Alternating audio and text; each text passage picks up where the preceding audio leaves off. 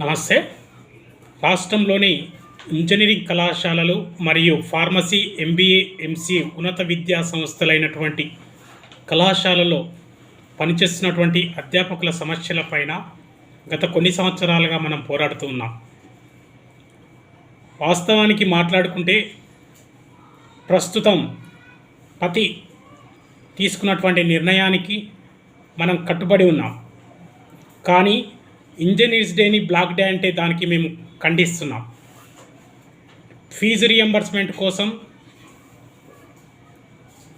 15 నుంచి కళాశాలలు బంద్ పెడుతున్నామని చెప్తున్నటువంటి పతికి పూర్తిగా సంఘీభావం తెలుపుతున్నాం.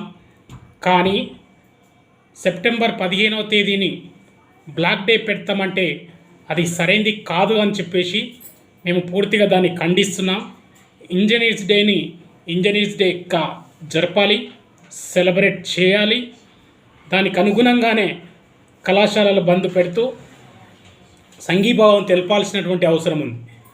మరి అలాంటి సందర్భంలో ఇంజనీర్స్ డేను అధ్యాపకులందరూ కలిసి ఎంతోమంది ఇంజనీర్లను తయారు చేశారు కాబట్టి ఆ డేను ఎంతో ఉత్సాహంగా జరుపుకొని రాష్ట్ర ప్రభుత్వం ఖచ్చితంగా ఫీజు రియంబర్స్మెంట్ని విడుదల చేయాలి అని చెప్పేసి మోక్షగుండం విశ్వేశ్వరయ్య విగ్రహం దగ్గర కానీ చిత్రపటం దగ్గర కానీ నిరసన తెలపాల్సినటువంటి అవసరం ఉంది. అంతేకాని బ్లాక్ డే జరపడం సరైనది కాదు అని చెప్పేసి తెలియజేస్తున్నాం.